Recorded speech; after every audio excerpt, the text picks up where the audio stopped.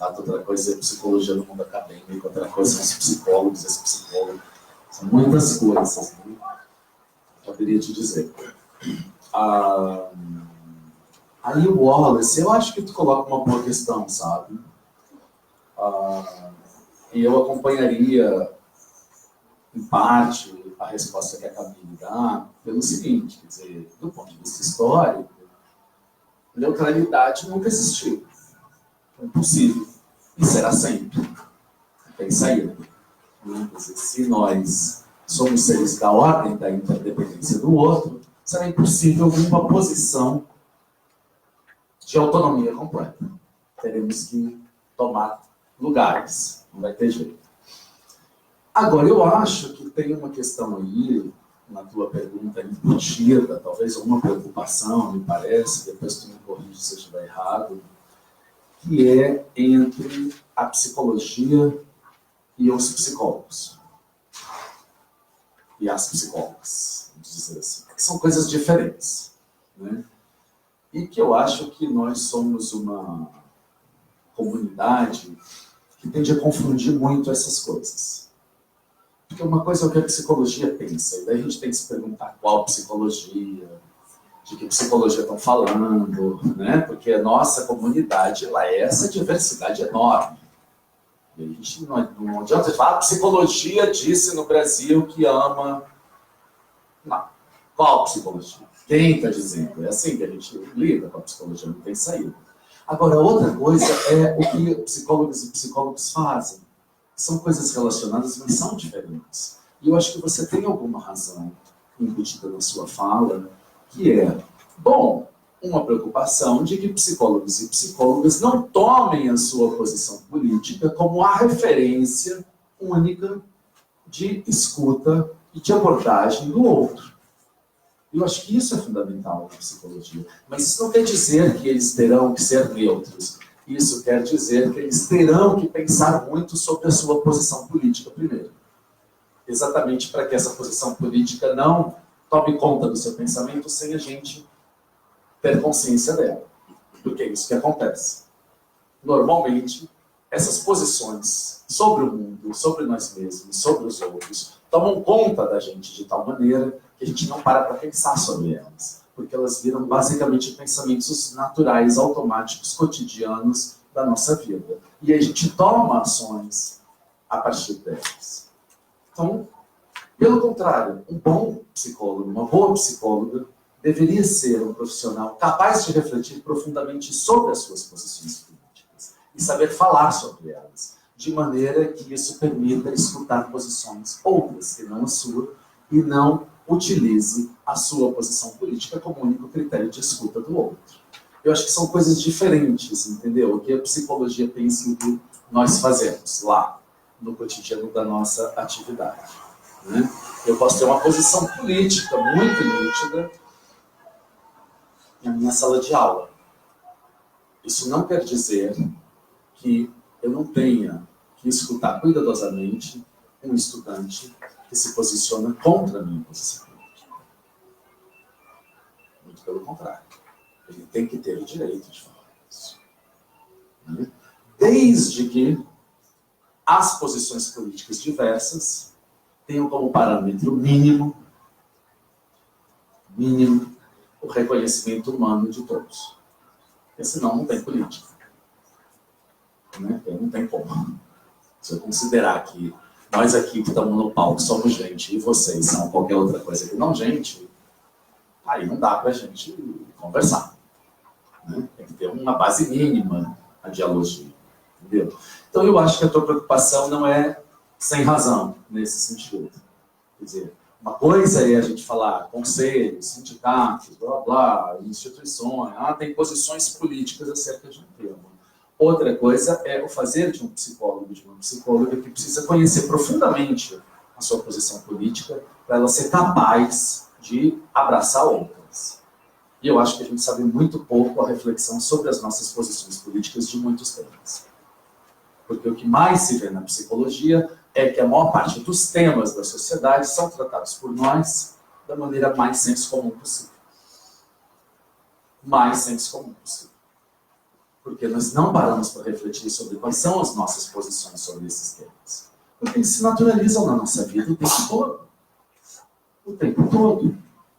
Então, o esforço, me parece que é esse, entendeu? De instalar uma reflexão ou um processo de reflexividade sobre nós mesmos, para que a gente possa aí sim se abrir para uma escuta do outro que não tome como parâmetro só a nossa própria experiência, né?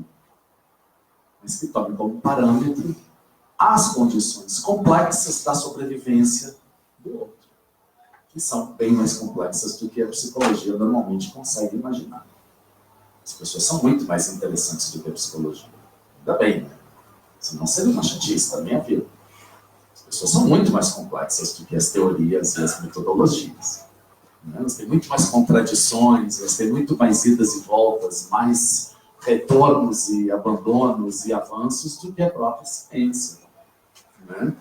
Então, eu acho que eu estou perguntando uma pergunta importante desse ponto de vista, sabe? Que é, sim, nós temos que ter uma posição política sobre determinados temas na psicologia, e aqui falaram vários, né? Comunidade terapêutica, diversidade sexual, identidade de gênero, pobreza, vários. Mas nós precisamos saber quais são as nossas individuais, de maneira que elas sejam capazes de uma escuta do outro com parâmetros de igualdade, de dignidade e de alteridade. Senão não existe psicologia do ponto de vista profissional.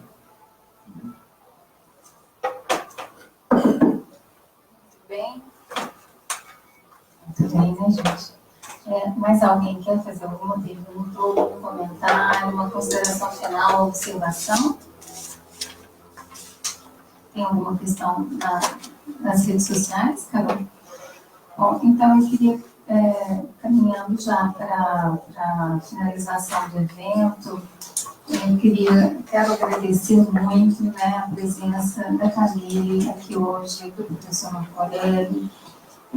Tem uma coisa que o professor Marco Aurélio falou aqui agora que me chamou especialmente a atenção, que é que precisamos reinventar por parte da psicologia hoje, precisamos pensar novas formas de fazer, né, a psicologia.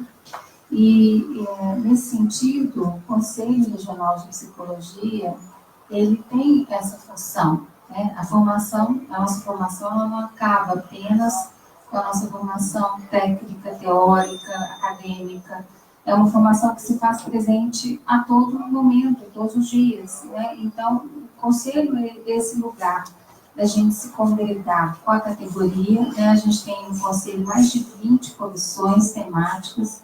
É o lugar da gente encontrar, discutir, compartilhar, debater, divergir, refletir, né? Aprender também.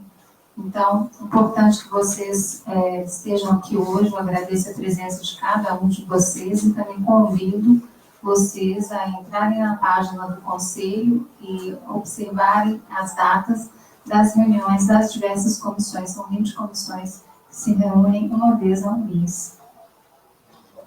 No caso aqui, a comissão que está coordenando esse evento é a Comissão de Formação Profissional. Eu gostaria de convidar vocês à nossa próxima reunião no dia 6 de setembro, às 13 horas, aqui no Conselho. É uma comissão que discute não apenas as questões da formação acadêmica, mas da formação continuada também, né, dos profissionais.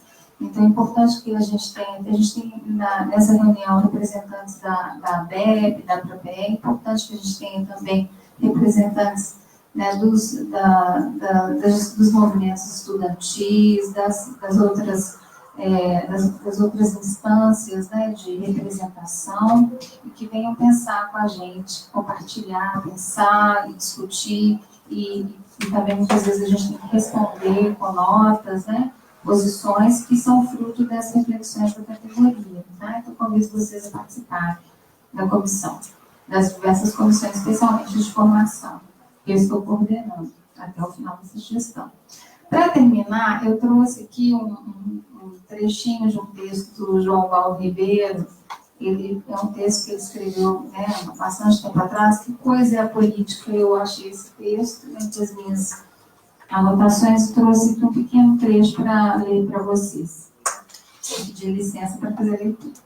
Enfim, a presença da política em nossa existência desafia qualquer tentativa de enumeração, porque tudo pode e deve, a depender do caso, ser visto sob o ponto de vista político. É impossível que fujamos da política. É possível, obviamente, que desliguemos a televisão se nos aparecer algum político dizendo algo que não estamos interessados em ouvir. Isto, porém, não nos torna apolíticos, né, Camila? Bateu bastante nessa tecla. Como tanta gente gosta de falar.